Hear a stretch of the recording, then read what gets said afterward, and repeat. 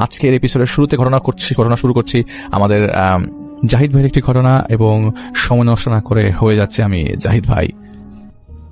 হোসেন সাহেব ফোনে আমাকে বলল হোসেন সাহেব কবর খুঁড়ত, এখন ভয় পেয়েছে। এরপর থেকে রাতে ঘুমাতে পারেন উনি। সবসময় উনি দেখে কে যেন ওনার চারপাশে ঘুরেও না, দেখতে খুব বিভৎস। আসলে এই লোকগুলা যারা এফেক্টেড, এরা কতটা ভয় পায় তা আসলে না দেখলে বোঝানো যায় না। আবার যারা দেখে তারা ঠিক মতো বোঝেও না যে আসলে মানুষটা কতটা ভয় পাচ্ছে। আমি আমার বাসায় ছিলাম, আমি ডাকলাম কেউ কি আছো চারপাশে? তো কয়েক মিনিট পর একজন সাড়া দিল, তার নাম কাদের। আমির সাহেব কাছে না থাকলে ইনফরমেশন থেকে শুরু করে সব রকমের খবর আমাকে কাদের দিত। কাদের সাড়া দিল, বলল জি ক্যাপ্টেন। আমি বললাম যারা দেখো তো অমুক অমুক জায়গা পার অমুক অমুক কা বেটা হোসেন কো দেখো যারা কিউ পেরেশান হ্যাঁ। তো কাদের রেসপন্স করলো জি কাপ্তান।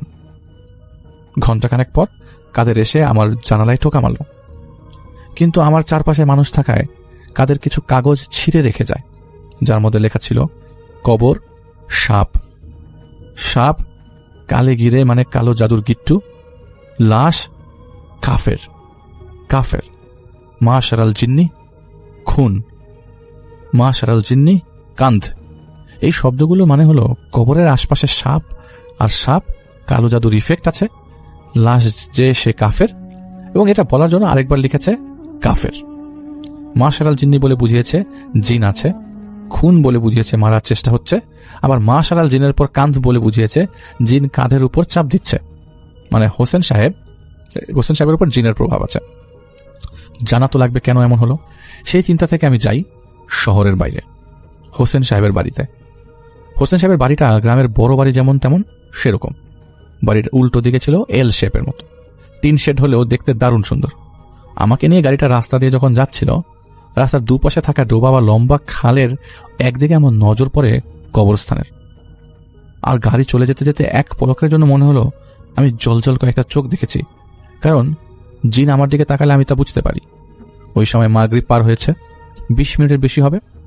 হোসেন সাহেবের বাসায় ঢোকার আগে আমি উঠানে দাঁড়িয়ে রেকি করছিলাম। যতদূর নজর যায় খুঁজছিলাম সন্দেহজনক কিছু আছে কিনা। আমি ওই মুহূর্তে কাদেরকে দেখলাম হোসেন সাহেবের বাসার টিন শেডের উপর দাঁড়িয়ে আমার দিকে তাকালো, চোখ দিয়ে ইশারা করে দেখালো যে আমার পিছু পিছু বাসার সীমানা পর্যন্ত 3 জন এসছে।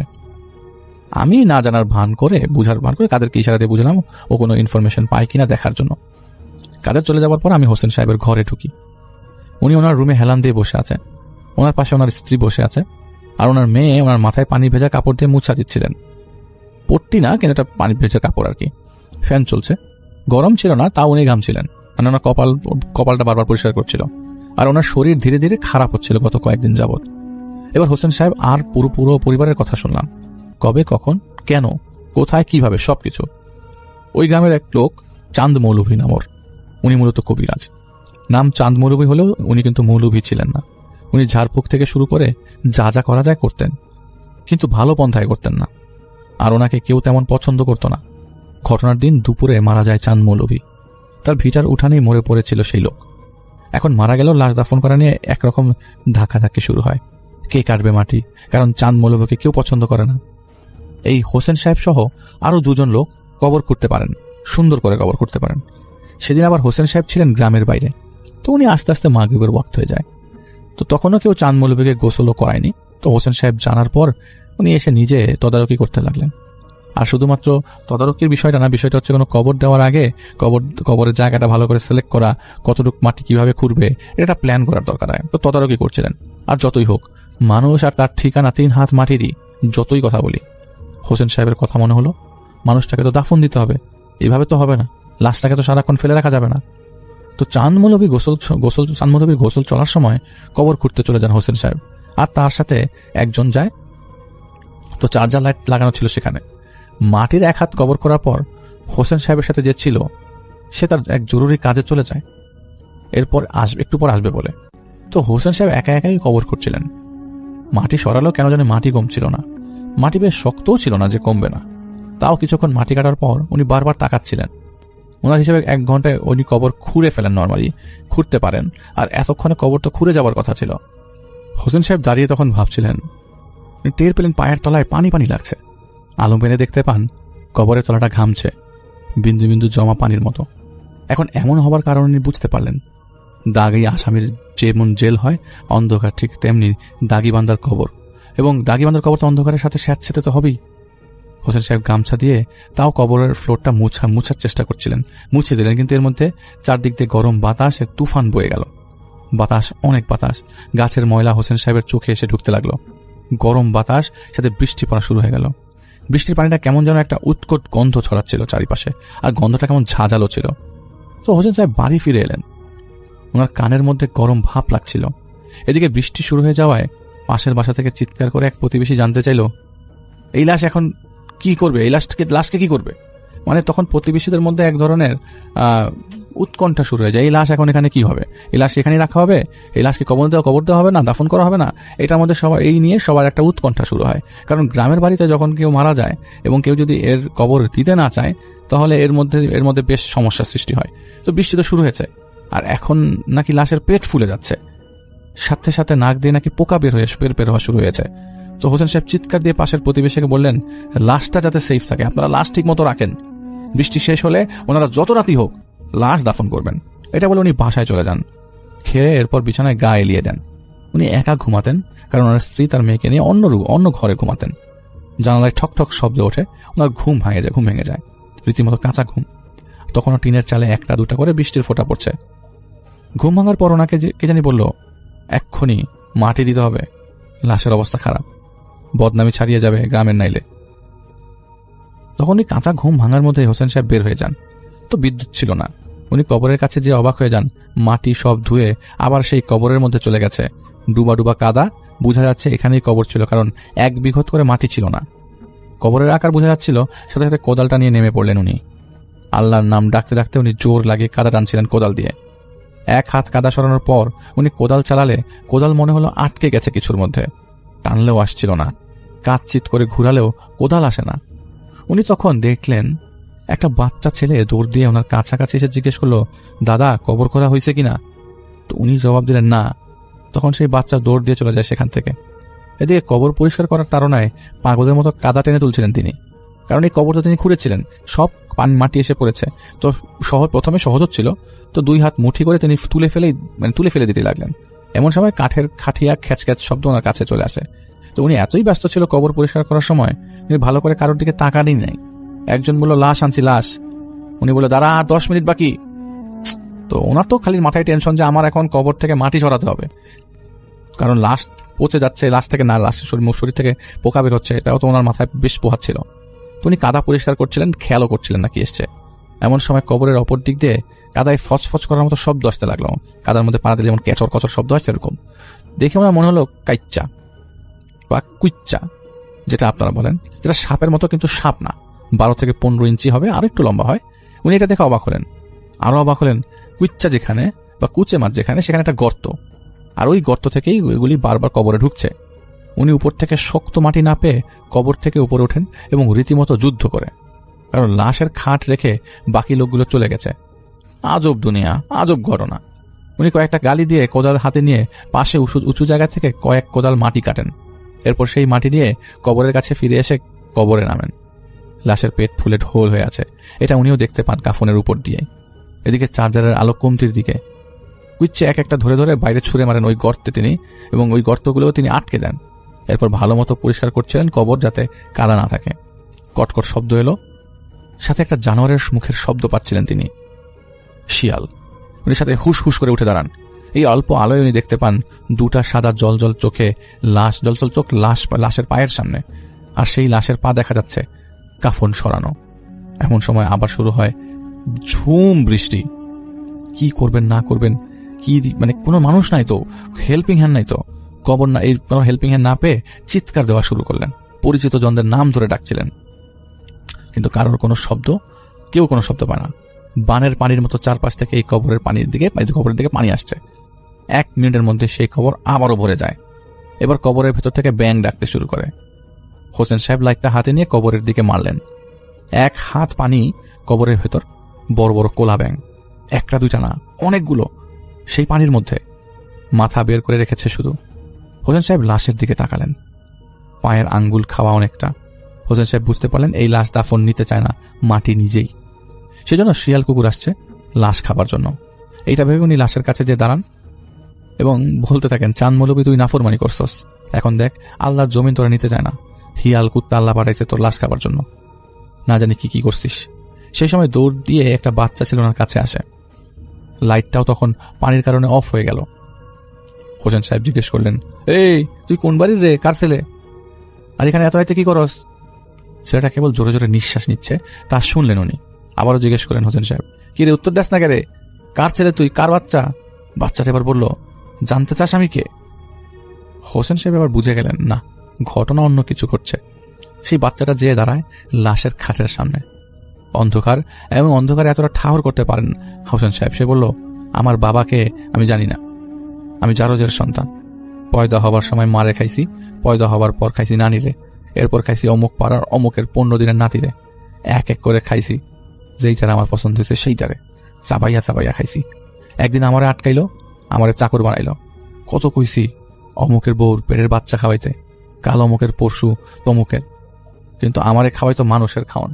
রক্তের ঘেরান দিয়ে কি দুধ কলায় পাওয়া যায় নাকি? দুধ কলায় হয়, আমি চাই রক্ত। হোসেন সাহেব দিলেন দৌড়, ওই বাচ্চা ওনার পেছনে দৌড় দিল। হোসেন সাহেব পড়ে গেলেন কাদায়, এরপরে মাথা থেকে সব চলে গেল, কিচ্ছু মনে নেই। উনি ঘুমিয়ে গেলেন। ভোরের অনেক আগে অন্ধকার সময় ওনাকে বেহুশ অবস্থায় পাওয়া গেল কবরের পাশে। যারা লাশ দাফন করতে চেয়েছিল তারা, লাশের পায়ের আঙ্গুল যে খাওয়া ছিল এটা সত্য, তো লাশ কবরস্থানে আসেনি, সেই লাশ বাড়িতেই ছিল। একজন দেখেছিলেন একটা শিয়াল ওই লাশের পা কামড়াচ্ছে, তখন তারা ওই শিয়াল তারা দিয়ে জলদি জলদি এই বৃষ্টির মধ্যে লাশ কবর দিতে নিয়ে আসে। এসে দেখেন হোসেন সাহেব বেহুশ। এরপর থেকে হোসেন সাহেব অসুস্থ, আর ওই বাচ্চাকে উনি দেখতে পান প্রায়শই।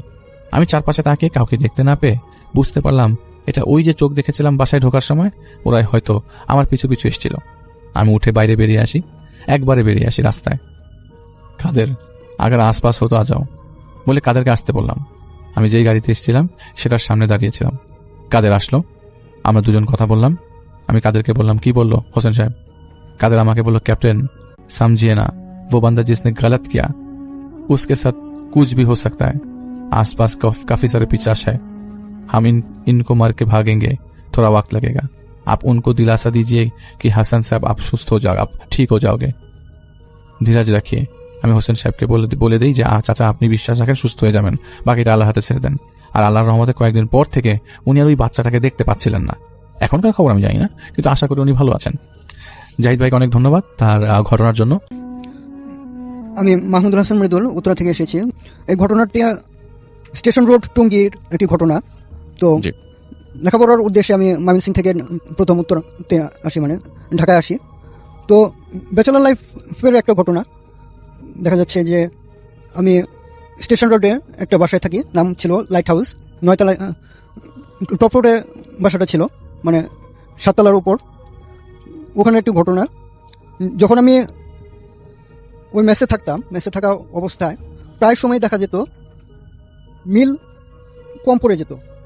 বিষয়টা এরকম না যে প্রায় সময় কমে যেত, বিশেষ করে একটা নির্দিষ্ট সময়ে মিলটা, যখন 10 জন আছি বা 8 জন আছি, মিলটা ক্যালকুলেশন করে ভাগ করে দেওয়া হচ্ছে।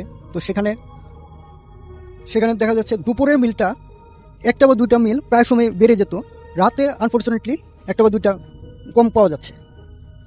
স্বভাবতই বাজারের দায়িত্ব বা একটা নির্দিষ্ট সময় পরে মিলটা ভাগ করার দায়িত্ব আমার উপরে পড়ে। 1 সপ্তাহ অতিবাহিত হওয়ার পর এই দায়িত্বটা আমাকে দেওয়া হয়। আমি প্রথম দিন যখন ভাগ করলাম দেখলাম যে সেম ঘটনা ঘটলো। দ্বিতীয় দিন আমাকে আবার দায়িত্ব দেওয়া হলো। তখন আমি ট্রেটফুলি আমার এক বড় ভাইকে সঙ্গে নিলাম যে ভাই দেখেন আজকে 1 সপ্তাহ ধরে একই ঘটনা ঘটছে, তো নিশ্চয়ই এখানে কোনো ঘটনা থাকতে পারে। তো দুজনে মিলে গুনে গুনে 10টা বা 12টা মিল ভাগ করে দেওয়া হয়েছে। পাশাপাশি আমার যে রুমমেট ছিল, তো রুমমেটটা একটা কল সেন্টারে চাকরি করতো। কল সেন্টারে ওই ভাইকে বলে রাখলাম যে ভাইয়া আপনি তো বাসায় থাকেন, আপনার তো নাইট ডিউটি, তো আপনি এই বিষয়টা একটু খেয়াল রাখবেন যে দুপুরের মিলটা কম পড়ছে না, কিন্তু রাতে এরকম কেন হচ্ছে। পরবর্তীতে ওই ভাইয়াটা বিষয়টা বুঝতে পারলো। বোঝার পরে খুব সম্ভবত রাতে 9টা বা 9:30 এরকম বাজে, সে রেডি হচ্ছে যে তার কল সেন্টারের কাজে যাবে। তো দেখলো কি একটা বিদ্যুটে কালো বিড়াল, মানে এরকম বিশ্রী একটা কালো বিড়াল সাতালের উপরে আসছে, কিচেন রুমে গেল, যাওয়ার পরে যে বাটিগুলি আমরা ভাগ করে রাখতাম মিলের জন্য, ওখানে ঘোরাফেরা করছে বা গন্ধ শোকার চেষ্টা করছে। গন্ধ শোকার চেষ্টা করার পরে সে খাবারের জন্য চেষ্টা করেনি, মানে যদি এরকম হতো যে সে হয়তো ফেলে নষ্ট করবে বা নষ্ট করার চেষ্টা করেনি, সে গন্ধটা শুকে যে ভেন্টিলেটরটা ছিল ভেন্টিলেটরের উপর দিয়ে লাফ দিয়ে চলে গেছে। চলে যাওয়ার পরে ওই ভাইটা বিষয়টা খেয়াল করলো যে একটা কালো বিড়াল প্রতিনিয়ত আসছে। তো সে ওয়াশরুমে গেল, ওয়াশরুমে যাওয়ার ফ্রেশ ট্রেশ হয়ে যখন সে আবার কিচেন রুমের দিকে গেল, দেখা গেল যে 2টা মিল এখানে কম পড়ে গেছে।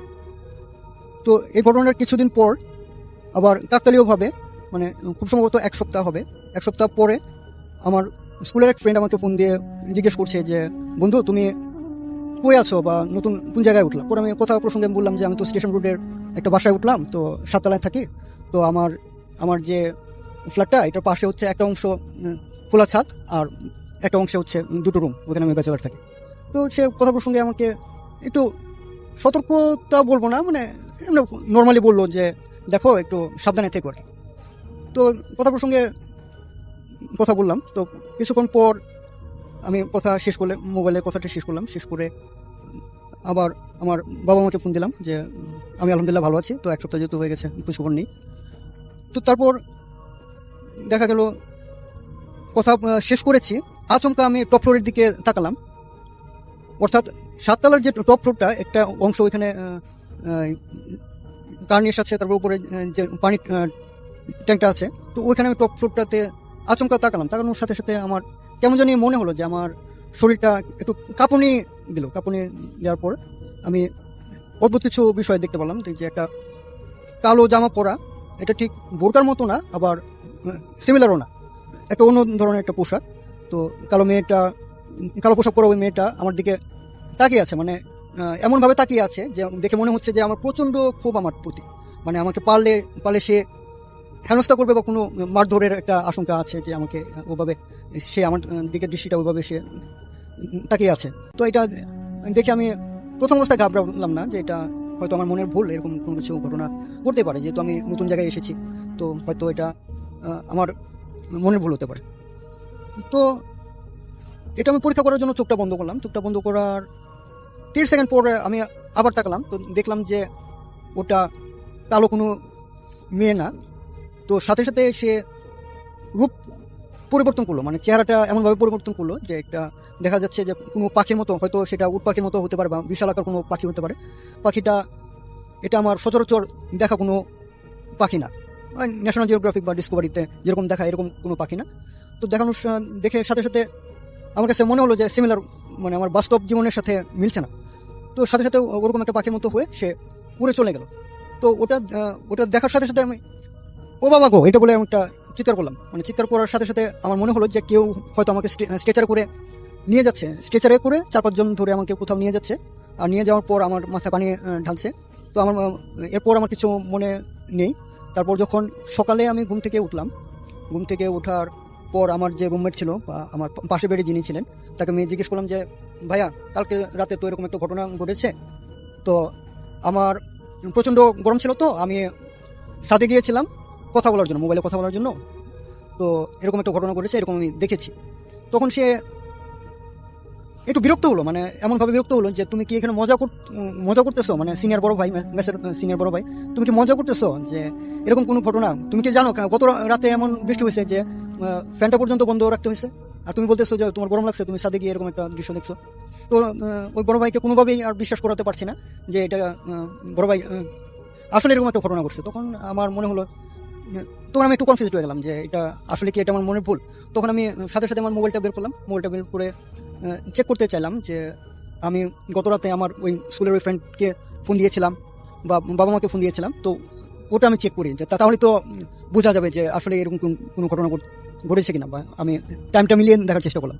তো আমার ফোনটা নিলাম, ফোনটা নেওয়ার পরে আমি কাকতালীয়ভাবে খেয়াল করলাম যে আমার ডায়ালে কোনো নাম্বার নেই বা কোনো মিস কল নেই বা কোনো রিসিভ করা নেই, সম্পূর্ণ ব্ল্যাঙ্ক অবস্থায় আছে। তো এই ঘটনার 5-6 দিন পর একদিন আমি আমার পলিটেকনিক থেকে বাসায় গেলাম। বাসায় যাওয়ার ক্লাস শেষ করে বাসায় যাওয়ার পর খুব সম্ভবত এটা মাগরিবের আজান দিবে এরকম একটা সময়। তো আমি বাসায় গেলাম, বাসায় ওই টাইমটাতে কেউ ছিল না, আমি একাই দরজা খুলে ভিতরে গেলাম। ভিতরে যাওয়ার পর ভিতর থেকে একটা ধূপ জ্বালালে যেরকম গন্ধ হয় ঠিক সেরকম একটা গন্ধ। আমার মনে হলো যে কেউ ধূপ জ্বালিয়েছে। তো ভিতরে গিয়ে আর আমি এরকম কোনো কিছু পাইনি যে ধূপ জ্বলছে না, কিন্তু আমার নিঃশ্বাস নিতে কষ্ট হচ্ছে, বা আমার নিঃশ্বাসে আমি এটা স্পষ্ট বুঝতে পারছি যে এটা ধূপ জ্বালানো হয়েছে। তো এর কিছুক্ষণ পর আমি ফ্রেশ ওয়াশরুমে গিয়ে ফ্রেশ হয়ে তারপর আবার যখন আসলাম, তখন নিচে যাব যে কোনো একটা কারণে, তখন যেহেতু আমি পলিটেকনিকে পড়ছি, তো আমার যে কোনো একটা প্রয়োজন, আমি নিচে গেলাম। নিচে যাওয়ার পর নিচে যাব আমি, ছাদের যে দরজাটা, ওই দরজাটা আমি বন্ধ অবস্থায় পেলাম, বা আমার কাছে মনে হলো যে বাইরে থেকে কেউ আটকিয়ে দিয়েছে। তো আমি বাইরে থেকে প্রচণ্ড ধাক্কা দিচ্ছি, কিন্তু দরজার কোনো অবস্থায় খুলছে না। তো যেহেতু আমরা একবারই টপ ফ্লোরে থাকতাম, বা এখানে নিচে একবারে নিচে, আপনার শেষ করতে হবে ঘটনাটা কি হয়েছিল, তারপরে আপনি মূল ঘটনায় আসি আমরা। জি, এরকম ঘটনা প্রায় সময় ঘটতে থাকতো, বা জি। আমি যখন প্রায় সময় দেখতাম যে জি, জি, জি। সাথে কেউ হাঁটছে বা আমাকে ফলো করছে, বা প্রায় সময় দরজাটা বন্ধ অবস্থায় পেতাম, বা বন্ধ অবস্থায় পাওয়ার পর আমরা এরকম অবস্থাতেই বিশ্বাসযোগ্য ঘটনা ছিল না, যে হয়তো প্রথম ভাবতাম হয়তো কেউ দুষ্টমি করে এটা বন্ধ করছে, জি, জি। কিন্তু আসলে ভেরিফাই করে দেখা গেছে যে এরকম কোনো ঘটনাই ঘটতো না। হ্যালো লিসেনার্স, আমি ফারহান ফ্রম উত্তরা। এটি আমার নিজের সাথে ঘটে যাওয়ার লাস্ট জুন মাসের একটি ঘটনা। তো সাডেনলি আমি, আমার দুইটা ফ্রেন্ড কাঞ্চন এবং ফয়সাল, আর আমাদের একজন মামা আলো মামা, তো আমরা চারজন মিলে একটা প্ল্যান করি চাঁদপুর যাব। তো চাঁদপুরে মামার এক ফ্রেন্ড আছে, ওনার বাসা যাব। তো আমরা অ্যাজ ইউজুয়াল আমাদের সাথে আমরা দুইটা বাইক নিয়ে আমরা চারজন মুভ করি। তো আমরা বাইক নিয়ে সদরঘাট আসি, এখান থেকে বাইক লঞ্চে উঠাই, আবার ওখানে যে লঞ্চ ঘাট থেকে নেমে বাইক নিয়ে যাচ্ছি। তো বাইক নিয়ে কিছু দূর আমরা প্রায় চাঁদপুর হাজীগঞ্জ পর্যন্ত যাই। দেন ওখান থেকে আরো মিনিমাম 30 to 40 কিলোমিটার রাস্তা যাচ্ছি সুন্দরভাবে আল্লাহর রহমতে। তো হঠাৎ করে বেশ খানিকটা রাস্তা আপনার ভাঙা, মানে খুব ভালোভাবে ভাঙা। তো আমরা বাইকটা খুব স্লোলি যাচ্ছি, 20-30 নিয়ার অ্যাবাউট স্পিড। তো ওইখানে একটা জিনিস যেটা নোটিস করার মতো, কোনো ল্যাম্প ছিল না। একে তো গ্রাম, তো কোনো ল্যাম্প পোস্ট ছিল না বা কোনো আলো ছিল না। তো বাইকের হেডলাইটে যতটুকু আলো ওটা থেকেই যাচ্ছি। তো যেতে যেতে একটা পর্যায়ে আমি হঠাৎ করে আমার চোখে পড়লো যে আমি চোখে একটা কিছু দেখতেছি। কিরকম, মানে কেউ একজন দাঁড়ায় আছে, অনেক লম্বা, সাদা টাইপের একটা কাপড় পরা, মানে সাদা কিছু একটা পরা, এরকম একটা বোঝা যাচ্ছে। তো আমি এটা দেখে আমি মামার বাইকে ছিলাম, মামা ড্রাইভ করছিল। তো আমি মামাকে আস্ক করলাম, মামা আপনি কি কিছু দেখছেন? তো সে কোনো কথা বললো না। তো একটু পরে আমি আবার তাকে আস্ক করলাম, মামা কি ব্যাপার, আপনি কিছু বলতেছেন না? তো বলতেছে, কথা বলিস না, তুই পারলে দোয়া পড়। আর এর মাঝখানে উনি মানে 3বার কাশি দিল। তো এই জিনিসটা আমি ছোটবেলা শুনেছি যে কেউ কিছু দেখলে বা কোনো কিছু এরকম ফিল করলে তখন দেখতাম, মানে শুনতাম যে কাশি দিছে, এ স্টাইলের একটা ইয়া দিছে। তো মামাও দেখলাম সেম। তো বলতেছে, তুই দোয়া পারলে দোয়া পড়। আমি অ্যাজ ইউজুয়াল দোয়া পড়তেছি। তো কিছুক্ষণ পরে আমরা যখন যে আমাদের যে ডেস্টিনেশন ছিল ওখানে যে পৌঁছানোর পরে মামাকে আমি আবার আস্ক করলাম, মামা আপনি এরকম করলেন কেন, বললেন না কেন? তখন মামা বলল, আমি ওইখানে মানে আমিও এই জিনিসটাই দেখছি যে একটা মহিলা টাইপ, অনেক লম্বা, সাদা কাপড় পরা, ওনার চুল মানে সামনের দিকে দেয়া, এই টাইপের একটা কিছু। তো আর চোখ দিয়ে মানে মনে হচ্ছে ব্লাড পড়তেছে। তো মামা বলতেছে এরকম একটা, আমি এই জিনিসটা দেখছি, আর এইসব যখন দেখে তখন কথা বলতে হয় না, তখন দোয়া দুরুদ পড়তে হয়, তাহলে এটা চলে যায়। তো আমরা অ্যাজ ইউজুয়াল ওখান থেকে জিনিসটা ক্রস করে চলে আসছি। তো পরের দিন আমরা সেম টাইমে মানে 3টা-4টার দিকে বিকেল বেলা আমরা বের হয়েছি ঘুরতে। তখন ওই এলাকার যে মামার বাসায় গেছি, ওনার সাথে উনিও আমাদের সাথে ছিল। তো আমরা ওই জায়গাটা থেকে যাচ্ছি, তখন ওনাকে জিজ্ঞেস করলাম, মামা এই জায়গাটা এরকম একটা বিষয় আমরা তো নোটিস করলাম গতকালকে, এখানটা কি আসলে কেমন? তখন উনিও বললো যে এই জায়গাটা খুব একটা ভালো না, এখানে এরকম রাত বিরাতে প্রায় এই ধরনের ইনসিডেন্ট দেখা যায়। এটাই ছিল আমার ঘটনা। আসসালামু আলাইকুম শ্রোতা বন্ধুরা, আমি সামির আনসারি। আজকে আপনাদের মাঝে এখন যে ঘটনাটি শেয়ার করব, এটি আমাকে দেশের বাহির থেকে পাঠিয়েছেন নাজমুল ভাই। তিনি বর্তমানে অস্ট্রেলিয়া থাকেন। যদিও এটি বাংলাদেশের একটি ঘটনা, তবে কিভাবে নাজমুল ভাই এটা সংগ্রহ করেছেন সেটা তিনি শুরুতে আমাকে উল্লেখ করেছেন। ঘটনাটি শুনলেই আপনারা বুঝতে পারবেন। নাজমুল ভাইয়ের একটাই ছেলে, সেই ছেলেটা ছোটবেলা থেকে কথা বলতে পারে না, তবে সবার কথা কিন্তু সে ঠিকই বুঝতো, ইশারা ইঙ্গিতে ঠিকই কথা বলতে পারতো। এটা তার জন্মগত একটা অসুস্থতা ছিল। এই জন্য তিনি ডাক্তারের পরামর্শ নিয়ে এই স্পেশাল চাইল্ডদের যে স্কুল আছে সেখানে ওনার সন্তানকে ভর্তি করিয়ে দেন। তো ভর্তি করে দেওয়ার পর তানভীর নামে এক বাংলাদেশি ভাইয়ের সাথে ওনার পরিচয় হয়। সেই তানভীর ভাইয়ের ছেলেরও একই সমস্যা, সেও কথা বলতে পারে না। সেই ছেলেটার নাম ছিল মাসুম। তবে মাসুমের এই সমস্যাটা একটু ব্যতিক্রমে ছিল। 7 বছর বয়স পর্যন্ত সে ঠিকই কথা বলতে পারত। এরপর থেকেই তার অসুস্থতাটা শুরু হয়। তো ক্লাস করতে করতে দেখা যায় যে গার্ডিয়ানরা তো একসাথে দেখা সাক্ষাৎ হয়, সে সময় তো সেই তানভীর ভাইয়ের সাথে নাজমুল ভাইয়ের বেশ ঘনিষ্ঠতা হয়। দুই পরিবার এতটাই ঘনিষ্ঠতা হয় যে প্রায় সময় একজন একজনের বাসায় আসতো। তো ঈদের সময় গত বছর নাজমুল ভাইয়ের পরিবার সেই তানভীর ভাই ফ্যামিলিকে ইনভাইট করে যেন ঈদের দিনটা সারাদিন থেকে রাতে যাতে তাদের বাসায় নাইটটা স্টে করে। তো ঈদের দিন ওনারা 10টা-11টার দিকে সেই বাসায় চলে যায়, মানে নাজমুল ভাইয়ের বাসায় সেই তানভীর ভাই ফ্যামিলি চলে যায়। তো লাঞ্চের সময় মোটামুটি সবাই দুপুরে খাওয়াটা খেয়ে নেয়, কিন্তু তানভীর ভাইয়ের ছেলে মাসুম সে আসলে খেতে চায় না, সেই সারাতে বোঝে তার আসলে খিদা নাই। বিকেলের দিকে নাজমুল ভাই একটা বিষয় খেয়াল করছে যে সেই মাসুম তার বাবার সাথে কেমন যেন একটা আচরণ করছে। সেই সারাতে বোঝাচ্ছে তার খিদা লেগেছিল, সে বুঝতে পারছিল, কিন্তু তার চেহারায় রাগ ভাব এবং চেহারাটা লাল হয়ে যাচ্ছিল। বর্ষা ছেলে ছিল তো, চেহারাটা দেখে সেটা বোঝা যাচ্ছিল। তো নাজমুল ভাই তার স্ত্রীকে বলে, দেখো বাচ্চাটার খাওয়া রেডি করে দাও, টেবিলে দাও, সে খেয়ে নিবে। কিন্তু এই যে খাওয়াটা বাড়তে যাবে 5 মিনিটের মধ্যেই নাকি দেখছে যে সেই মাসুম তার বাবা মাকে এতটাই বিরক্ত করছে যে সে একবার তার বাবাকে কামড় দিয়ে ধরছে হাতে, বা তার মাকে কামড় দিয়ে ধরছে, এবং তারা কিন্তু স্বাভাবিকভাবে বিষয়টা নিচ্ছিল, খুব ঠান্ডা মাথায় জিনিসটা সামাল দিচ্ছিল সে তানভীর ভাই। এরপর খাওয়া দাওয়া হলে সেই মাসুমকে তার মা খাইয়ে দিচ্ছিল। তবে যদিও আসলে বিষয়টা বলতে চাচ্ছিলেন না, তাও তিনি নাজমুল ভাই আমাকে বলে যে ভাই দেখেন, যে একটা 10-11 বছরের বাচ্চা যতটুকু খায় তা থেকে সেই মাসুম অনেক বেশি খাচ্ছিল। দেখা যায় যে 2 বাটি পোলাও সে নিমিষের মধ্যে, দেখা যায় 10-15 মিনিটের মধ্যে সে শেষ করে ফেলেছে, তাও সে খেতে চাচ্ছে। তখন তানভীর ভাই বিষয়টা দেখে একটু লজ্জা পেয়ে যায় এবং তিনি বুঝে যায় যে গেস্টের বাসায় এটা আসলে একটা লজ্জাজনক বিষয়। তখন তিনি মাসুমকে ডেকে ওই যে ডাইনিং এর পাশে যে বেসিনটা ছিল সেখানে তিনি হাত মুখ ধুয়ে দিচ্ছিলেন, কিন্তু তারপরও সে মাসুম খুব চিৎকার চেঁচামেচি করছিল যে সে খাবেই, সে মানে খাওয়ার টেবিল থেকে উঠবেন, এবং সে দ্রুত তার বাবার হাতটা ঝাড়ি দিয়ে সরিয়ে সে যে ডাইনিং এর যে প্লেট গ্লাস ছিল সেটা ফ্লোরে ফেলে দেয়। যখন সেরকম পাগলামি করছিল তখন নাজমুল ভাই বিষয়টা বুঝতে পেরে তিনি এবং তানভীর ভাই দুজন মিলে মাসুমকে ধরে তারা রুমের দিকে নিয়ে যাচ্ছিল। কিন্তু নাজমুল ভাই যেটা বলে যে ভাই, বাচ্চাদেরকে এই প্রথম ধরবার পর বুঝলাম যে ওর শরীরটা কেমন, মানে এমন মনে হচ্ছিল যে তার শরীরটা মানে শক্ত করে এসে রেখেছে এবং তাকে কোনোভাবে নাড়ানো যাচ্ছিল না। দুজন মিলেও তাই সেই মাসুমকে ডাইনিং থেকে তাদের রুমে নিয়ে যাওয়া যাচ্ছিল না। যখন তার পাগলামি বেড়ে যায় তখন নাজমুল ভাই একটা বিষয় খেয়াল করে যে তানভীর ভাই তার স্ত্রীকে বলছে যে তুমি বাবাকে ফোন দিয়ে বলো সে হুজুরকে জানাইতে যে মাসুমের সমস্যা হচ্ছে, তাড়াতাড়ি জানাও। কথাটা কয়েকবার সুন্দর পর নাজমুল ভাই একটু সন্দেহ লাগে, তারপর অনেক কষ্টে সেই মাসুমকে ওনার রুমে নিয়ে বেডে বসানো হয়। তারপর কিছুক্ষণ পর আস্তে আস্তে সেই ছেলেটা স্বাভাবিক হয়, সেই মাসুম, এবং সে তখন ঘুমিয়ে পড়ে। নাজমুল ভাই তখন একটু সন্দেহ হয় যে কোনো প্যারানর্মাল কোনো সমস্যা ছেলেটার মাঝে আছে কিনা, এবং সেটা জানার জন্য তার বেশ কৌতূহল ছিল। অনেকক্ষণ পরকে রাতের খাওয়া দাওয়া যখন শেষ হয় তখন তিনি তানভীর ভাইকে বলেন যে ভাই কিছু মনে করবেন না, আপনার মাসুম কি অন্য কোনো সমস্যা আছে কিনা, এবং আপনাকে আমি দেখলাম যখন আমরা মাসুমকে রুমে নিয়ে যাচ্ছিলাম তখন আপনি ভাবিকে একটা কথা বললেন যে হুজুরকে জানানোর জন্য, বাবাকে ফোন দেওয়ার জন্য, আসলে বিষয়টা কি? শুরুতে তানভীর ভাই সেটা বলতে চাচ্ছিল না, কিন্তু পরবর্তী তিনি বলেন যে দেখেন ভাই, 2010 সাল থেকে আমি এরকম দেশের বাইরেই থাকি। ফ্যামিলিতে তো ওনার স্ত্রী আর এই যে 11 বছর ছেলে সেই মাসুম, তো অনেক বছর দেশে যাওয়া হয় না। 2019 সালে তিনি সর্বশেষ দেশে যান, এবং সেইবারের যাওয়াটাই যে ওনার জন্য কাল হয়ে দাঁড়াবে তা তিনি আজও মেনে নিতে পারেন না। 19 সালে দেশে যাওয়ার পর সিদ্ধান্ত হয় যে ওনার শ্বশুর বাড়ির নেত্রকোনায় এক শালার বিয়েতে সবাই যাবে। ওনার আগ্রহটা বেশ বেশি ছিল এই কারণে, তো অনেক বছর পর দেশে যাবে, গ্রামে আসলে এরকম যাওয়া হয় না, গ্রামের পরিবেশে তিনি মিশবেন এবং অনুষ্ঠানের উসিলায় সবার সাথে হয়তো দেখাও হবে। তো কোনো একদিন বিকেলে তিনি এরকম তার পরিবারের সবাই মিলে তারা নেত্রকোনায় শ্বশুর বাড়িতে গিয়ে পৌঁছান।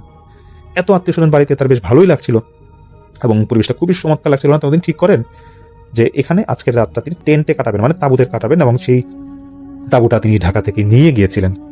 তো ওনাদের সেই ভাবির মানে তানভীর ভাই স্ত্রীর বাড়ির যে সামনে সেখানে বেশ বড় পুকুর ছিল, এবং পুকুরের ওই পারে কিছু খালি জমি আছে, ওখানে গাছের নিচে তিনি তানভীর ভাই ঠিক করেন যে তাঁবুটা টাঙ্গাবেন। এবং এই কথাটা শুনে ওনার শাশুড়ি বেশ রেগে যে বলতেছে যে তুমি জামাই মানুষ, তুমি গ্রামে ওইসব জায়গায় থাকবা, এসব না থাকাই ভালো।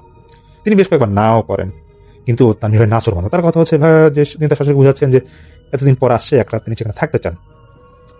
তো তারপর তিনি সিদ্ধান্ত যেটা নিয়ে ফেলেছেন সেখানেই থাকবেন। তানভীর ভাই যেটা বলেন যে তিনি যেখানে থাকবেন সেটা একটা খালি জমি ছিল, এবং তার পিছিয়ে দূরে খানিকটা দূরে ধান ক্ষেত ছিল, আর আশেপাশে দেখা যাচ্ছে যে ঘন গাছপালা ভরা।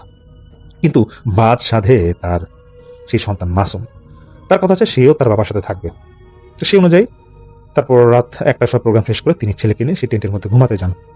তো ছেলে ঘুমানোর কিছুক্ষণ পর তিনি মোবাইলে গান শুনছিলেন এবং গান শুনতে শুনতে ঘুমিয়ে পড়েন। ভিতরটা বেশ ঠান্ডায় ছিল, কিন্তু হঠাৎ ওনার কাছে মনে হয় যে কেউ ওনার কানের পাশে ফু দিচ্ছে, মানে বাতাসটা ছিল গরম বাতাস, এরকম কানের পাশে ফু দিচ্ছে। সেই সাথে তার এটা মনে হয় যে ঘুমের মাঝে তাকে কেউ ডাকছে নাম ধরে। স্বপ্ন দেখছেন কিনা সেটা তার মনে নাই, এটুকু খেয়াল আছে যে অন্ধকারের মধ্যে এক মহিলা এসে ওনার বাচ্চাকে মানে মাসুমকে নিতে চাইছে। তানভীর ভাই উঠে যান তাড়াতাড়ি এবং দেখেন আশেপাশে কোনো সমস্যা আছে কিনা। তিনি দেখছেন না সব ঠিক, চার্জার ফ্যানটা শুধু চলছে, বাচ্চাটা ঘুমাচ্ছে। তাহলে হয়তো স্বপ্নই দেখছেন তিনি। এরপর আবার ঘুমিয়ে পড়েন। প্রায় ঘন্টাখানিক পর ওনার বাচ্চার চিৎকারে তিনি লাফিয়ে ওঠেন। কোনোভাবেই ওনার বাচ্চা কান্না থামাচ্ছিল না, জোরে জোরে এসে চিৎকার দিয়ে কেঁদে যাচ্ছিল। প্রায় এরকম 10-15 মিনিট হওয়ার পর তিনি বাচ্চাকে নিয়ে ঠিক করেন যে বের হয়ে যাবেন, কিন্তু বের হতে পারছেন না। ওনার বাচ্চার শরীরটা এত ভার হয়ে যায় যে ওনার পক্ষে তাকে নড়ানো খুব কষ্ট হয়ে যাচ্ছিল। এবং তিনি তখন তার স্ত্রীকে বেশ কয়েকবার ফোন দেয়, এবং ফোন দিতে দিতে তিনি দেখেন যে যেখানে প্রায় ফুল চার্জের মতো মোবাইল ছিল, তখন দেখা যাচ্ছে যে মোবাইল পুরো বন্ধ হয়ে গেছে, আর চলছে না। তারপর ওনার বাচ্চা কিছুটা স্বাভাবিক হলে তিনি বাচ্চাকে বলছে যে বাবা কি হয়েছে, তুমি এরকম চিৎকার দিলা কেন? সেটা তখনও কাঁপনে কাঁপনে গলায় সে বলছে যে বাবা তুমি তো ঘুমাইছিলা, আমি যখন ঘুমাইছিলাম তখন কেন জানি মনে হলো কেউ আমাকে ডাকছে। এরপর আমি চোখ খুলে দেখি লম্বা চুলালা কেউ একজন আমার বুকের উপর জাতা দিয়ে ধরে বসে আছে। আমার শ্বাস নিতে অনেক কষ্ট হচ্ছিল, এই জন্য আমি তখন চিৎকার দিই। তো তানভীর ভাই ভাবেন হয়তো এমন জায়গায় প্রথম ওনার বাচ্চা এসেছে এবং এমন জায়গায় শুয়েছে, এই জন্য হয়তো তার ভয় লেগেছে দেখে সেই কথাটা বলছে।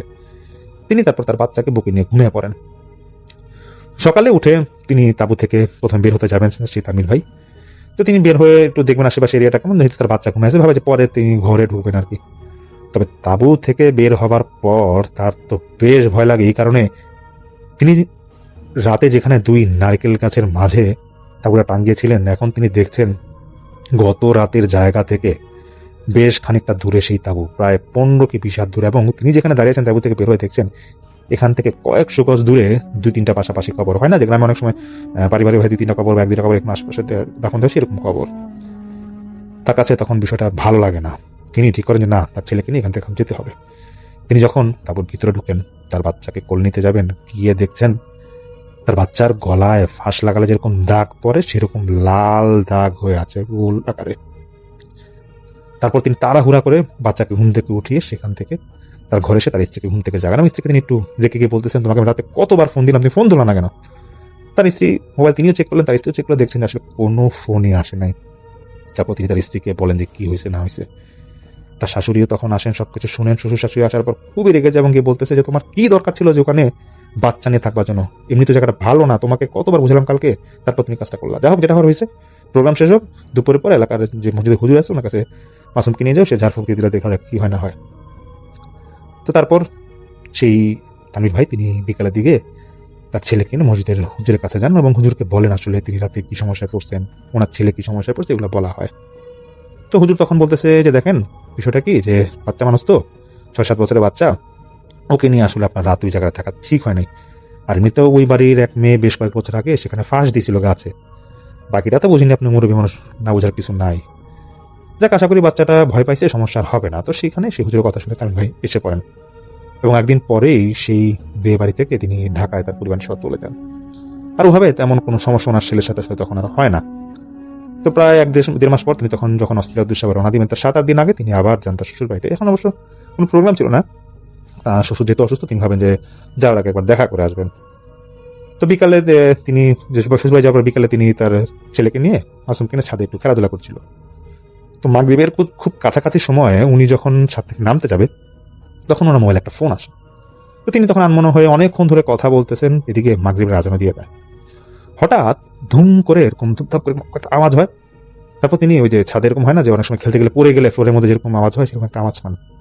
তিনি খেয়াল করে দেখছেন সে মাসুম ছাদের একবারে কিনারায় সে পড়ে গেছে, বিল্ডিং এর পাশে সে ছিটকাকে পড়ে গেছে এবং চিৎকার করে কাঁদতেছে। তানভীর ভাই তখন দ্রুত সেখানে গিয়ে কাছে যান। তিনি বলে যে তাপমাত্রা নর্মাল যেভাবে ছিল সেখানে যাওয়ার পর তার কাছে কেন জানি, তার ছেলের কাছে যাওয়ার পর তার কেন জানি মনে হলো স্বাভাবিকের থেকে তাপমাত্রাটা বেশ ভালোই বেশি ছিল। মানে আগুনের পাশে দাঁড়ালে যেরকম তাপ থাকে সেরকম একটা তাপ তিনি অনুভব করেন। ওনার ছেলে আঙ্গুল দিয়ে ইশারাতে বলতেছে বাবা ওই মহিলাটা আমাকে ধাক্কা দিয়ে ফেলেছে, তুমি ওকে বকা দাও। তানভীর ভাই যখন দেখছে তার ছেলে 2-3 বারই কথাটা বলছে, তিনি আশেপাশে দেখেন কেউ সেখানে নাই। বাচ্চাকে নিয়ে তিনি দেরি করেন না, ঘরে এসে পড়েন। মনে করেন যে ছাদে খেলতে গিয়ে হয়তো বাচ্চা ছেলে এরকম পড়ে গেছে, বকা খাবে, এই ভয়ে এখন সে এই কথাগুলো বলতেছে। ঠিক সেই রাতেই এক অদ্ভুত ধরনের স্বপ্ন দেখে তানভীর ভাই। তিনি নাকি দেখেন যে চুল ছাড়া একজন বামন আকৃতির মহিলা দাঁড়ায় আছে তার বিছানার সামনে। সে উকি মেরে দেখতেছে যে তানভীর ভাইয়ের সাথে কে ঘুমানো। তারপর যখন দেখে তার বাচ্চাটা ঘুমিয়ে আছে তখন সেই মহিলাটা তানভীর ভাইয়ের কাছে অনুরোধ করে বাচ্চাটাকে নিয়ে যাবে, এটা বারবার অনুরোধ করছিল। তানভীর ভাই তার ছেলেকে বুক চেপে আঁকড়ে ধরে রেখেছিল, তারপরও সেই মহিলাটা হাত লম্বা করে টান দিয়ে তার ছেলে মাসুমকে নিয়ে যেতে যায়। চোখ খুলবার পর তামিম ভাই দেখেন যে ওনার ছেলে জায়গা মতোই আছে এবং তিনি শরীর তার প্রচন্ড ঘামাচ্ছিল। তিনি তারপর রাতে ঘুমায় পড়েন কাউকে কিছু না বলে। পরের দিন খুব সকালে তিনি সেই মসজিদের হুজুরের কাছে যান এবং হুজুরকে গিয়ে বলে, দেখেন হুজুর, আমি আবার সমস্যায় পড়ছি, এরকম সমস্যাটা গতকাল রাতে হয়েছে, আমার ছেলের সাথে হয়েছে, আমার সাথে হয়েছে, আমি কোনো বাজে স্বপ্ন দেখছি, আর যেহেতু আমি দেশের বাইরে চলে যাব, আপনি কি করা যায় একটু বুদ্ধি দেন। তো হুজুর বলতেছে যে দেখেন, দুষ্ট জিন এমন একটা খারাপ জিনিস যে এটা আসলে বাচ্চাদের উপর যদি ভালোভাবে নজর দেয় তাহলে কিন্তু ওদের সুস্থ হওয়াটা বেশ কঠিন হয়েছে। আপনি এক কাজ করেন, আপনি যত দ্রুত সম্ভব এখান থেকে চলে যান, আর থাকেন না, আর আপনি নামাজ কালাম পড়েন, আল্লাহর কাছে দোয়া করেন, দেখবেন সবকিছু ঠিকঠাক হয়ে যাবে। তো সেদিন দুপুরে পরে পরিবার নিয়ে তিনি তখন তামিম ভাই ঢাকা চলে যান। তো 4 দিন পর ওনার ফ্লাইট, এখনো সেই দিনটার কথা তার মনে আছে। মঙ্গলবার ছিল সেই দিনটা, খুব সকালে তিনি কিছু ব্যক্তিগত কাজে বের হয়ে পড়েন। বাসায় ছিলেন ওনার স্ত্রী আর মা আর তার সেই ছোট বাচ্চা মাসুম। দুপুরের দিকে ওনার স্ত্রী ফোন দিয়ে কাঁদতে থাকেন এবং কাপা কাপা গলায় বলতেছে, ভয় কিছু বলতে পারছে না এবং খুব আতঙ্কের স্বরে বলতেছে যে তুমি তাড়াতাড়ি বাসায় আসো, দেখো বাসায় কি হয়েছে।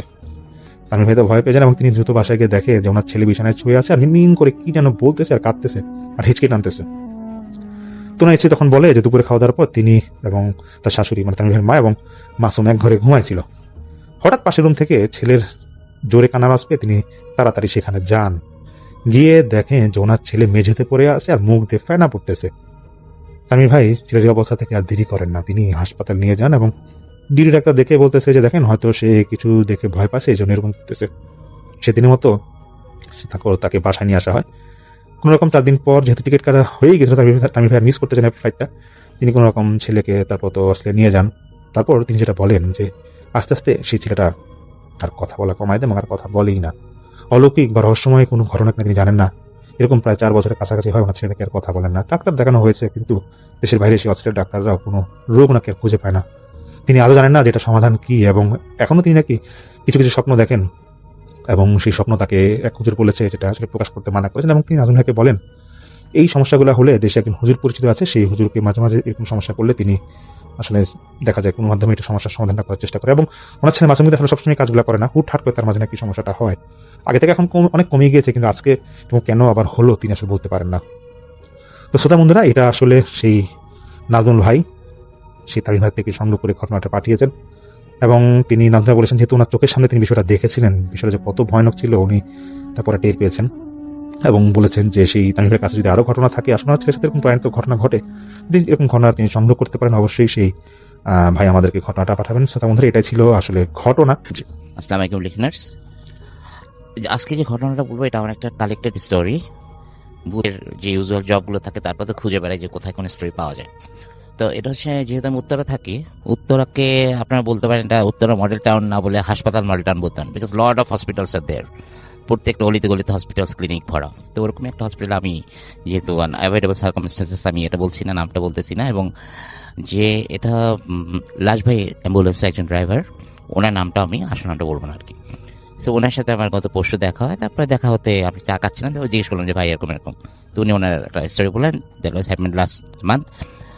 উনি যেটা বলেছিলেন ওনার একদম উনি যেভাবে বলেছেন ওভাবে বললাম, বলতেছি আমি। এটা একটা যে কোনো একটা হসপিটালে একটা লোক মারা গিয়েছে রাত, লিভার সিরোসিস হয়েছিল, রাত 9টার দিকে মারা গিয়েছে। হি ওয়াজ ফ্রম কাশীপুর। কাশীপুর হচ্ছে গিয়ে বরিশালের একটা ছোট গ্রাম। তো ওখান থেকে ওনাকে ওনার ওই যে ভদ্রলোক মারা গিয়েছেন তার মামা ছিলেন, আপন মামা, এবং তার এক দুঃসম্পর্কের ভাই, এরা দুজন। তো সে ওই লোকের নাম, ড্রাইভারের নাম হাসান ভাইকে তারা রেন্ট করলো ওই লাশটা নিয়ে যাবে। তো হাসপাতালের আপনার ফর্মালিটিস মেনটেন করে ওরা লাইক 11:30 দিকে, রাতটা 11:30 দিকে রওনা করে। হাসান ভাইয়ের সাথে ছিল একজন তার যে একজন হেল্পার থাকে, ও ছিল, মামা ওই ডেড বডির মামা আর সেই দুঃসম্পর্ক তার 4 জনে। তো ওরা আরিচা হয়ে না গিয়ে ওরা আপনার মাওয়া হয়ে রওনা করছে। মাওয়াতে একটু দেরি হয়েছে কারণ এখন নদীতে অনেক পানি। মাওয়া থেকে ওরা ফেরি পার করে কেওড়াকান্দি যেতে প্রায় 2.5 ঘন্টা। তো ওরা কেওড়াকান্দির ওদিকে পৌঁছতে প্রায় 3:30 বেজে গেছে রাত্রে। তো কেওড়াকান্দি থেকে সোজা গিয়ে ভাঙ্গা থেকে তারপরে গৌরনদীর দিকে যেতে আপনার মানে দুই পাশে তেমন কোনো লোকালয় নাই, দুই পাশে আপনার ধানি জমি, অনেক লম্বা জায়গা।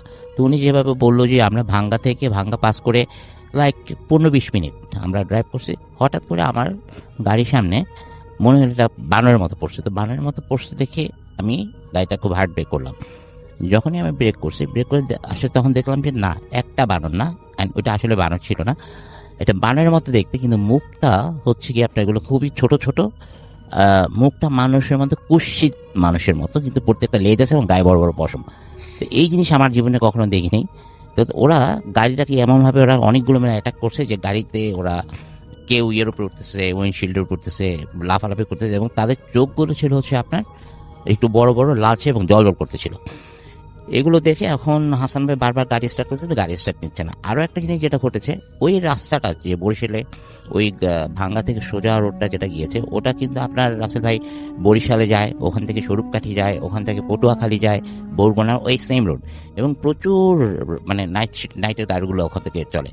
কিন্তু উনি আমাকে বললো যে এরশাদ ভাই, ওই যে সময় এই ঘটনাগুলো যে ঘটতেছে, there was not a single bus, no mini bus, no truck, nothing, কিচ্ছুই পাচ্ছিলাম না। এবং আমরা খুব চাচ্ছিলাম যে একটা কিছু পাই, আমরা যেন হেল্পের জন্য বলতে পারি, যে কারণ আমরা গাড়ি থেকে নামতে পারতেছি না। সাডেনলি তারা মনে করেন পিছনতে, যেখানে পিছন কম্পার্টমেন্ট, যেখানে ফ্রিজিং কম্পার্টমেন্টটা, ওখানে তো আপনার লাস্টের ডেড বডিটা রাখা একটা কফিনের মধ্যে। তো ওরা বুঝতেছে যে ওটা মানে খোলার খুব চেষ্টা করতেছে, বা ভাঙা চোর, মানে খুব পুরা ওনাদের যে অ্যাম্বুলেন্সটা পুরোটা দুলতেছে, এরকম করে করতে করতে, এবং তারা কোনোভাবে নামতে পারতেছে, কারণ বাইরে অনেকগুলো ওই ধরনের ওই জন্তু বলতে পারেন, ক্রিয়েচার বলতে পারেন, হোয়াট এভার। তো এরা ভিতরে বসে দোয়া পড়া ছাড়া কোনো, তারা দোয়া দৌড় পড়তেছিল খুব জোরে জোরে, এবং বারবার স্টার্ট নেওয়ার চেষ্টা করতেছিল, কিন্তু স্টার্ট নিচ্ছিল না গাড়ি। তো এরকম করে অলমোস্ট অ্যান আওয়ার, তারপরে দেখলো যে হঠাৎ করে এগুলো চলে যাওয়ার পর, তারপর রাতে 10-15 যখন তারা চলে যায়, লাইক উইদিন 5-10 মিনিটস দেখা যায় না, ইউজুয়ালি যে গাড়িগুলো নাইট শিফটে চলে, বরিশালের দিকে যাচ্ছে, পটুয়াখালীর গাড়ি সবগুলো যাচ্ছে, আর ওনাদের গাড়িটা সাইড করা। তখন ওরা একটু মনের মধ্যে সাহস আসলো, তখন নামলো, পিছনে গিয়ে যা দেখলো, আসলে it was out of their imagination. দেখলো যে তারা কফিনটা তো রাস্তায় পড়ে আছে, কফিনটা ভাঙাচোরা পুরা, এবং কফিনের মধ্যে ডেড বডির শুধু পাঁজরের কিছু হাড় এবং স্কেলটা ছাড়া আর কিছুই নেই। আমাকে হাসান ভাই বলতেছিল যে এরশাদ ভাই, যে আপনি যদি বিশ্বাস করেন, এক ফোঁটা রক্ত কোথাও ছিল না, রক্তটা লাইক আমরা যেমন যদি মুরগি খাই বা কিছু খাই, যেভাবে আমরা চিবিয়ে খাই, ঠিক ওইভাবেই ছিল। There is not a single drop of blood, ব্লাডগুলো কেউ চাইটা খায় নিচ্ছে সব। তারপর তার মামা খুব হাউমাউ করে কাঁদতেছিল অবস্থাটা দেখে। তারপর আর কি করবো, ওনার কাছে একটা চাদর ছিল, ওই বোনস যেগুলো ছিল, অল্প কিছু বোনস, ওগুলো ওই চাদরের মধ্যে উঠাই নিয়ে, ওইটা নিয়ে তারপর বাড়ি গিয়ে ওটার উপরে জানাজা করে ওটাকে দাফন করা হয়েছে। এই ছিল। লিসেনার্স, আমি ফারহান ফ্রম উত্তরা। রাসেল ভাই, এখন যে ঘটনাটা শেয়ার করবো, এটা হচ্ছে আমার বড় ভাই এবং বোনের সাথে ঘটা। এটা অনেক বছর, নিয়ার অ্যাবাউট 35 ইয়ার্স আগের ঘটনা। তখন আমার ভাই Dhaka residential model school and কলেজে পড়তেন। তো উনি হোস্টেলে থাকতেন। তো একদিন শীতের বিকেলে আমার মেঝো বোন তো ব্যাডমিন্টন খেলছে, হঠাৎ করে দেখতেছে কি, সন্ধ্যার ঠিক আগ মুহূর্তে, মাগরিবের আজান তখনও দেয়নি, তো দেখতেছে যে হঠাৎ করে যে ভাইয়া হাত দিয়ে আপুকে ইশারা দিচ্ছে। তো আপু তো অনেক এক্সাইটেড হয়ে গেছে যে ভাইয়া এত এই সময় হঠাৎ করে বাসায় কিছু না বলে কিভাবে আসছে। ভাইয়া তখন স্কুলে পড়ে, তার তো আসার কথা না। তো আপু শক, তারপরে ভাইয়া হাত দিয়ে তাকে ইশারা দিচ্ছে। তো আপু দৌড়ে ভাইয়ার দিকে গেছে, যাচ্ছে। তো যতই কাছে যাচ্ছে মনে হয় ভাইয়া ততই দূরে সরতেছে, এরকম একটা বিষয়। তো এরপরে কিছু দূর যাওয়ার পরে এর ভিতরে মাগরিবের আজান দিয়ে দিয়েছে রাসেল ভাই। তো আমি তার আগে একটু বলে রাখি রাসেল ভাই, আমার হোম টাউন বরিশালে, তো আমাদের যে বাসাটা, ওটা বাসার একটা পোর্শন আপনার একটু ব্যাকওয়ার্ড, এবং ওইখানে এই টাইপের অনেক প্যারানরমাল অ্যাক্টিভিটিসের অনেক বিষয় এখানে আছে। তো ওইটা হচ্ছে তিনটা বাসার মিলে একটা কর্নার রাসেল ভাই। তো ওই কর্নারের দিকে যাচ্ছে। তো এমন সময় আমার কাজিন ছিল আমার আপুর সাথে। তো আমার কাজিন আমার আপুকে বলতেছে, তুই কোথায় যাচ্ছিস? বলতেছে, তুই দেখতেছিস না দাদা আসছে, ঢাকা থেকে দাদা আসছে। তো আপু বলতেছে, কোথায় দাদা? দাদাকে তো দেখা যাচ্ছে না। তো আপু বলতেছে, সামনেই তো দাঁড়ানো আছে। তো বলতেছে, কোনো দাদা আসে নাই, তুই চল ভিতরে চল। এই কথা বলে আপুকে ভিতরে নিয়ে আসে। আসার পরে আপুকে জিজ্ঞেস করে, আমার আম্মার কাছে ঘটনাটা বলতেছে আমার কাজিন। তো আপু আমার সাথে এইভাবে শেয়ার করছে যে আপু দেখছে যে আমার বড় ভাই আসছে, তখন হোস্টেলের এসেন্সিয়াল মডেল স্কুল অ্যান্ড কলেজে হোস্টেলের একটা ড্রেস থাকে, ড্রেস কোড আছে ওদের। তো ওইরকম একটা ড্রেস পরা ভাইয়া আপুকে হাত দিয়ে ইশারা করে ডাকছে। তো এটাই ছিল ঘটনা, আসলে কেউ ছিল না ওইখানে, এটা আপুর একটা ইয়া ছিল। ধন্যবাদ আপনাকে। Hello listener, I am Injamam from Old Dhaka. আসলে আজকে যে ঘটনাটা আপনাদের মাঝে আমি শেয়ার করতে যাচ্ছি, ঘটনাটা হলো হসপিটাল রিলেটেড, যেটা হচ্ছে ঢাকার ভিতরে কোন একটা মেডিকেল কলেজ। আসলে এই মেডিকেল কলেজকে ঘিরে বা এরকম জায়গাটাতে অনেক বছর আগে একসাথে অনেক মানুষের মারা বা লাশের ঘটনা আছে, যেটা হচ্ছে মেডিকেল কলেজটা যখন শুরু হয় কার্য বা তার আগের কিছু মানুষকে মেরে ওখানে নর্দমার ভিতর ফেলা হয়েছিল। জি। তো তারপরে ওই জায়গাটাতে মেডিকেল কলেজ গড়ে তোলা হয়। তারপর মেডিকেল কলেজ অনেকদিন পরিত্যক্ত ছিল। এরপর বেশ কয়েক বছর হলো যে মেডিকেল কলেজটা চালু হয়। আমি মেডিকেল কলেজটার নাম আসলে বলতে চাচ্ছি না। মেন ঘটনা হচ্ছে আমার আম্মু এবং আমার খালাতো ভাইয়ের সাথে। আমার আম্মু আমার খালাতো ভাইয়ের বাসা, আমার আন্টির বাসার 2 বছর আগে বেড়াতে আসে। দেন আমার আম্মু একদিন মেডিকেল কলেজে ঘুরতে যাওয়ার পরে আমার আন্টি ওখানে সিনিয়র স্টাফ নার্স, ওনার কাছে যাওয়ার পরে উনি ঘুরে টুরে যখন বের হয় হসপিটালের সারাউন্ডিং পরিবেশটা উনি ভালোভাবে দেখতে চায়। তো উনি ঘোরাঘুরি করে ছোট খালাতো ভাইকে সাথে করে নিয়ে। তো ঘোরাঘুরি করতে করতে এক পর্যায়ে আমার আম্মু একটা 38-40 ইয়ার্সের একটা মহিলাকে আমার আম্মু নোটিস করে। উনি আমার আম্মু আমার ছোট যে ভাইটা যেখানেই যাচ্ছে সেখানেই ওই মহিলাটা আমার আম্মুদের সামনে ঘোরাঘুরি করতেছে। আমার আম্মুরা যে ফোর্সে যাচ্ছে তার আগে ঘুরে উল্টা দিক থেকে আমার আম্মুদের সামনে। তো বিষয়টা আমরা ফার্স্টে নর্মালি নেই, তারপরে আসলে ছোট ভাইটা অনেক ভয় পায়। তো আমি একটু বলে রাখতেছি যে ওই মহিলাটার মানে হিজাব করা টাইপের, বোরকা টাইপের কিছু পরা ছিল এবং তার চোখ দুইটা আপনার হয়তোবা দেখবেন যাদের জন্ডিস থাকে বা বিলিরুবিন যাদের বেশি থাকে তাদের শরীরের কালারটা একটু হলুদ জাতীয় হয়। সেম মহিলার মুখের গড়ন বা চোখের মানে যে কালারটা ওরকমই দেখতে। তো এরকম কিছুক্ষণ ডিস্টার্ব করার পরে আমার আম্মুরা বিব্রত হয়ে ওখান থেকে বাসায় চলে যায়। আমার আম্মু পরের দিন দুপুরবেলা ঘুমাচ্ছে। ঘুমের ঘরে আমার আম্মুকে কেউ যেন হাত ধরে গায়ে টাচ দিয়ে ডাকাডাকি করে। তো আমার আম্মু তখন ঘুম থেকে উঠে খুব খারাপ অবস্থা থাকে। আমার আম্মু আমাকে কল দেয় যে আমি একটু অসুস্থ, যার কারণে ঢাকা থেকে চলে যেতে হবে। তো আমি তখন আন্টির বাসায় ছিলাম না, আমি অন্য এক জায়গায় ছিলাম। তো আমার আম্মুর সাথে ওই দিন যে ঘটনাটা ঘটলো, তারপরের দিন ছোট ভাই আমার যে খালাতো ভাই ও একটু অসুস্থ হয়। ও এরকম ভুলভাল ঘুমের ঘরে ভুলভাল মানে বলে বিভিন্ন ধরনের কথা সে বলতে থাকে। এরপরের দিন আমার আন্টি আমার সেই ছোট ভাইকে উনি রাত্রিবেলা ডিউটিতে যখন যায় তখন আমার ছোট ভাইকে সাথে করে নিয়ে যায়। তো সাথে করে নিয়ে গেলে রাত্রে যখন ছোট ভাইকে একটা জায়গায় ঘুমাইতে দেয়, ঘুমানোর পরে আমার আন্টি ডিউটি কাজে ব্যস্ত হয়ে যায়। কিছুক্ষণ পরে আমার আন্টি নোটিস করে, বলে রাখি যে বছর 2 আগে সেই মেডিকেল কলেজটা একেবারেই অচল ছিল, তার মানে রোগী হতো না, খুব কম মানুষের যাতায়াত, সেখানে কোনো মানুষ তেমন একটা যাইতো না। তারপরে আমার আন্টি নোটিস করে যে ওই অন্য ডিপার্টমেন্ট থেকে মোটা কণ্ঠে কেউ একজন ডাকতেছে, আমার ছোট ভাইটাকে রাইন বলে ডাকতেছে। তো এই জিনিসটা অনেকক্ষণ এরকম নোটিস করার পরে ওই দিন যে কোনোভাবে আমার আন্টি ডিউটি থেকে চলে এসে তারপরে বাসায় একটু ঝামেলা, আমার ছোট ভাইটা এরকম ভুলভাল দেখে, ভুলভাল বকে, আমাকেও বলে যে এরকম জিনিস দেখছি বা এরকম খারাপ কিছু দেখছি। আসলে তো ঘটনার লাস্টে ফিনিশিংটা হলো আমার আম্মু যখন ঢাকা থেকে বাড়িতে চলে যাওয়ার পরে আমার আম্মুর সাথে কোনো ঝামেলা হয় না। তবে আমার খালাতো ভাই মাঝে মাঝে নাকি দেখতো, ওই জিনিসটা দেখতো যে মহিলাটা তাদের ফলো করতেছে, তাকে কিছু বলতে চাচ্ছে বা তার সামনে গিয়ে দাঁড়াচ্ছে, এরকম কিছু ঝামেলা করতো। এবং এখন যে পরিস্থিতি মেডিকেল কলেজে এখন প্রচুর রোগী হয় এবং অনেকটা শান্ত, আর আগের মতো কোনো ঝামেলা হয় না। তো ঘটনাটা আসলে আমার একটা ফ্রেন্ডের বোনের সাথে আর কি, বোনের শ্বশুরবাড়ির একটা ঘটনা। শ্বশুরবাড়িটা হচ্ছে ফটিকছড়ির একটা ভোজপুর নামে গ্রামের একটা আশেপাশে একটা জায়গায়। জি। তো ওখানে মানে একটু অদ্ভুত পরিবেশ ছিল প্রথম থেকে। জি। তো প্রবলেমগুলো ছিল মানে ওখানে ছোট ছোট বাচ্চারা, মানে 2-3 বছরের বাচ্চারা নর্মালি হাঁটতে পারতো না। আচ্ছা। হাঁটতে পারতো না বলতে মানে নর্মালি হাঁটতেই পারতো না, পড়ে যেত, ভালোভাবে হাঁটতে পারতো না। আবার দেখা যেত কি অন্য কোথাও গেলে মানে ওখানে হাঁটতে পারে, ওই বাড়িতে হাঁটতে পারে না। তো এগুলো হতো। আর ওখানে আমার যে ফ্রেন্ড আছে, ফ্রেন্ডের বোনের শাশুড়ি যেটা আছে, ওনারও খুব প্রবলেম হতো কি মানে উনি ঘুমালে দেখা যেত কি মানে আঁচড় দিচ্ছে, ঘুম থেকে উঠে দেখতো যে মুখে আঁচড়ের দাগ, আবার হাতে আঁচড়ের দাগ, এগুলো দেখা যেত। আর নামাজ পড়তে দাঁড়ালে অনেক সময় দেখা যেত যে লম্বা কতগুলো মহিলা বোরকা পরা মানে চাই নামাজের সামনে দিয়ে হেঁটে যাচ্ছে, এটা প্রায় সময় দেখতো না। নামাজে দাঁড়ালেই মানে এরকম হতো, প্রায় সময় জিনিসটা ফেস করতো। আর তখন মানে উনি অনেক সময় ভয়ে ফেন্ট হয়ে যেত। আর মানে সেন্সে আসার পর দেখতো মানে না সব নর্মাল আছে, এরকম প্রায় সময় হয়। আর আরও কয়েকবার মানে এইসব দেখছে যে মানে ঘুমাইলে বা ঘুমানোর পরে ওঠার পরে জানলা দিয়ে যখন তাকায় দেখা যায় মানে কোনো একটা মহিলা ভয়ঙ্কর টাইপের তাকায় আছে, তাকায় হাসতেছে এক দৃষ্টিতে। তো উনি যদি বলে মানে এটা কে, এবার বললে আবার চলে যায়। আবার ধরেন শুয়ে আসে, তারপর হঠাৎ চোখ গেল আলমারির দিকে, রুমের দিকে। আলমারির দিকে তাকালে দেখা যেত আলমারির উপরে বসে আছে একটা মহিলা, ওরকম দেখা যেত, মানে খুব ভয়ানক চেহারা নিয়ে তাকায় আছে। তো এই জিনিসগুলো প্রায় সময় হতো। তো অনেক হুজুর আনা হয়েছিল ওখানে, তারপরেও মানে এটার কোনো সলিউশন নেই। পরে দিয়ে মানে শেষ পর্যন্ত বাসাটা শিফট করতে হয় আর কি ওদের। আচ্ছা, সেটা আমার প্রথম ঘটনা। আর দ্বিতীয় আরেকটা ঘটনা জি আছে, বলেন, জি। সেটা আমার ফ্রেন্ড আসিফের সাথে। হুম। আসিফের বাবা মানে সেনাবাহিনীতে চাকরি করতো। আচ্ছা, কোথায় চাকরি করে, কি করে না করে এটা না বলে আমরা যদি আচ্ছা, ঘটনাটা আচ্ছা। বলি তাহলে আমার মনে হয় ভালো। আচ্ছা, তো আচ্ছা যাই হোক, বলে যেহেতু দিছি আমি বলি। জি। তো সেনাবাহিনীদের মানে মিশনে যেতে হয়। তো আঙ্কেল মানে রাতে গেছিল, মিশনে গেছিল। তো এরপর থেকে মূলত মানে ঘটনাটা শুরু হয় আর কি। তো আমার আন্টি ছিল তখন একা বাসায়, আর আসিফ আর তার ছোট ভাইয়ের সাথে থাকতো আর কি।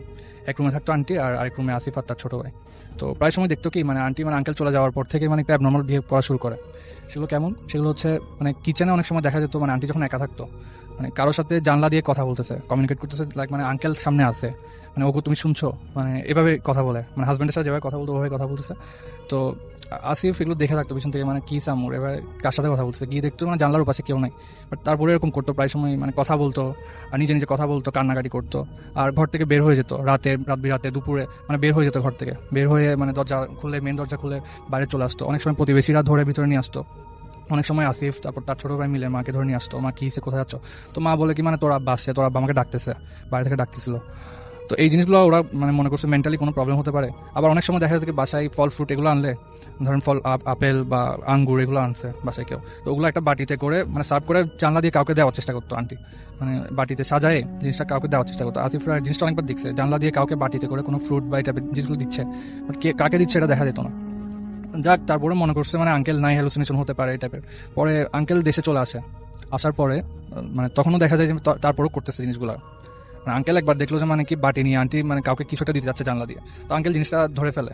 কারণ মানে জিনিসগুলো মানে কি ভালো না, কোনো একটা হুজুর থেকে মানে শুনছিল যে মানে এরকম কাউকে কোনো ফল ফ্রুট এগুলো যদি দিয়ে দেয় তাহলে বাচ্চাদের ক্ষতি হয়। তো আঙ্কেল জিনিসটা খেয়াল করে আর মানে বাটিটার সাথে সাথে হাত থেকে নিয়ে ফেলে।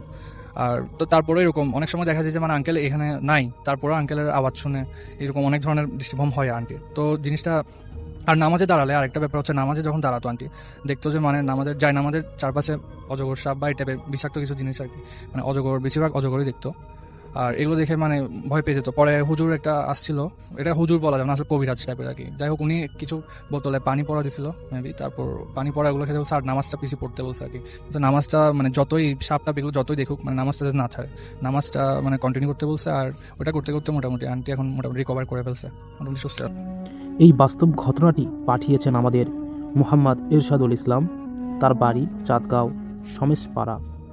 তিনি এমনভাবে উপস্থাপন করেছেন এবং বলেছেন যে এই ঘটনা 100% সত্য। তিনি সত্যতা যাচাইয়ের জন্য তার নাম্বারটাও আমাদেরকে মেইল করেছেন, যদিও নাম্বারটা শেয়ার করলাম না। চলুন সরাসরি ঘটনায় যাওয়া যাক।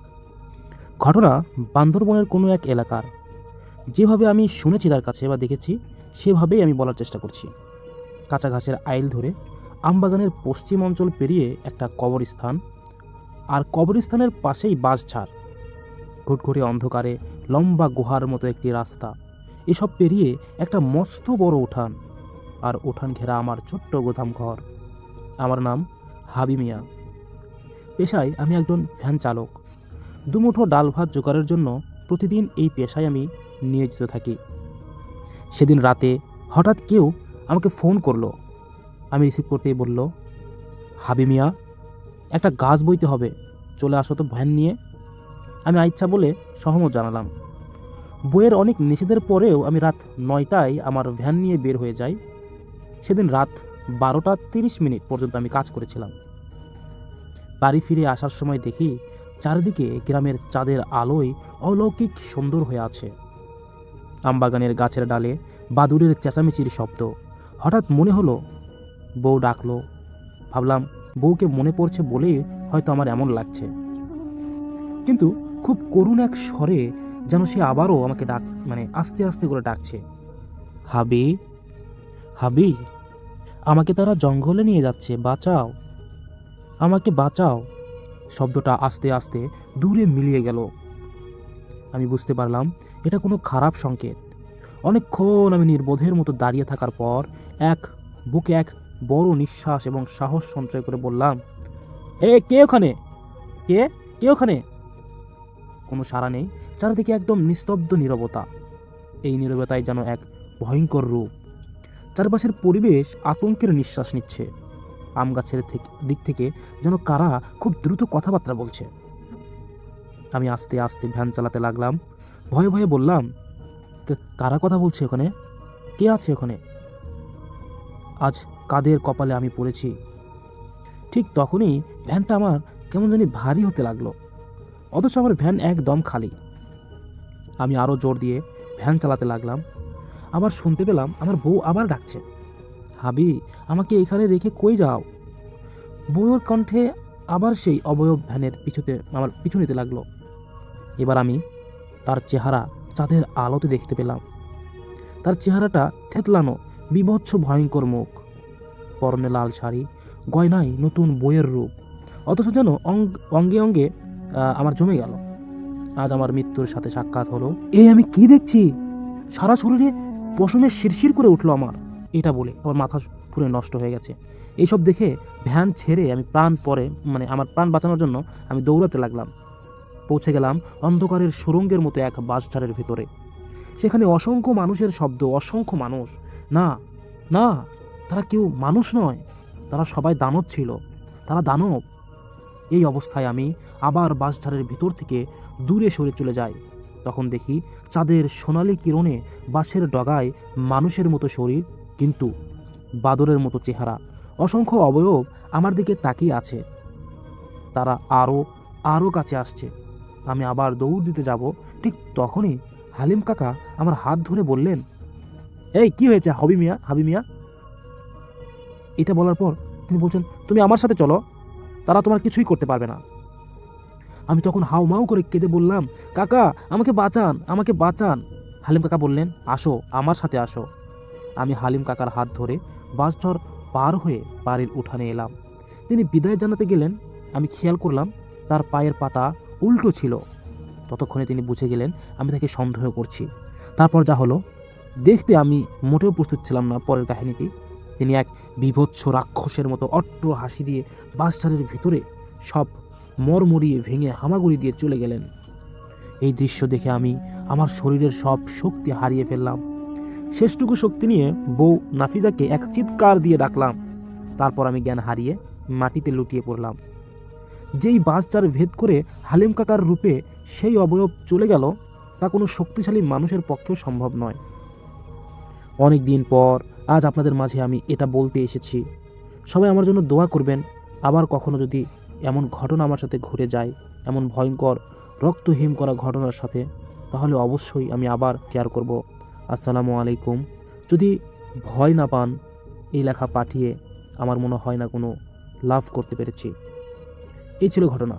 যদি ভালো লাগে তাহলে অবশ্যই একটা লাইক, কমেন্ট, শেয়ার করবেন। ধন্যবাদ আপনাকে হবি মিয়া, আপনার ঘটনার জন্য আপনাকে অসংখ্য ধন্যবাদ। অনেক ভালো লেগেছে আপনার ঘটনাটি। শাহিন, আমি এসেছি কোকাকোলা থেকে। আমার বাড়ি হলো গাজীপুর। আমি আগে ঢাকার একটি জায়গাতে থাকতাম, এখানে জব করতাম। জব করার সুবাদে আমি যেহেতু ব্যাচেলার ছিলাম, একটি ব্যাচেলার বাসায় থাকতাম। ওইখানে আমার খালাতো ভাই এবং আমি এবং আমার আরেকজন লোক থাকতো। যেহেতু তখন কাজের খুব চাপ ছিল, সারাদিন ক্লান্ত থাকার পরে আমি সন্ধ্যায় বাসায় আসতাম।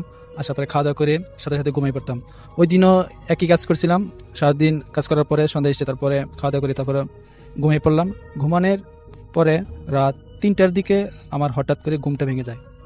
ঘুম ভাঙার পরে আমি চোখ ধরতেছি, ধইরা চোখ মুখ মুছতেছি। মোছার কিছুক্ষণ পরে আমি একবার ডানে তাকালাম, আবার বামে তাকালাম।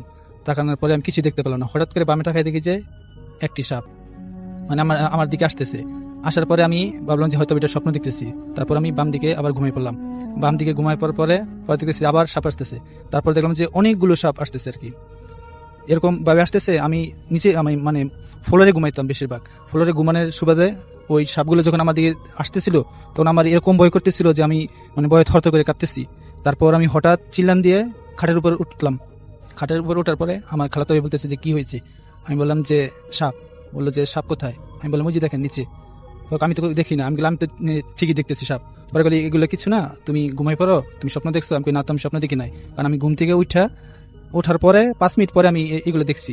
কয় না, এগুলো তোমার ভুল, তুমি ঘুমাই পড়ো, কোনো সমস্যা নেই, পানি খেয়ে ঘুমাই থাকো। তখন আমি পানি খেয়ে ঘুমাই দিচ্ছি। ঘুমাই থাকার আবার কিছুক্ষণ পরে আবার একই কাহিনী দেখি যে অনেকগুলো সাপ আমার মানে কামড় দিতে আসতেছে, তখন আমি ভয়ে রুম থেকে বের হইয়া ছাদে চলে যাই। ছাদে চলে যাওয়ার পরে তারপর আমি সকালবেলা যখন ফজরের আজান দেয় তখন আমি ওইখান থেকে বের হয়ে আসি। ওইখান থেকে আসছে তারপর আমি রুমে এসে তখন ঘুমাই। এই গেল আমার প্রথম তারপর আমি এর কিছুদিন পরে ওইখান থেকে আমি বাসা চেঞ্জ করে ফেলি। বাসা চেঞ্জ করে নতুন বাসায় উঠি। নতুন বাসায় ওঠার পরও সেম একই কাহিনী ঘটে। একদিন রাতে আমি ঘুমাই রইছি। ঘুমাই থাকার পরে আমার বড় ভাই ওই দিন ছিল না, আমি একাই ঘুমাইছিলাম। হঠাৎ রাতে 3টার দিকে ঘুমটা আমার ভেঙে যায়। তারপর আমি ডান দিকে দিকে আমার দরজাটা খোলা, তখন দেখি সাপটা আস্তে আস্তে করে দরজা বেয়ে বেয়ে উপরে উঠছে। উপরে উঠা তারপরে মশারির যেই কিনারা ছিল ওই কিনারা দিয়ে আস্তে আস্তে বাইতে মশারির উপর দিয়া আমার পায়ের দিকে নিচে নামতেছে আর কি। নিচে নামার পরে নিচে নামিয়া আমার দিকে ফোনা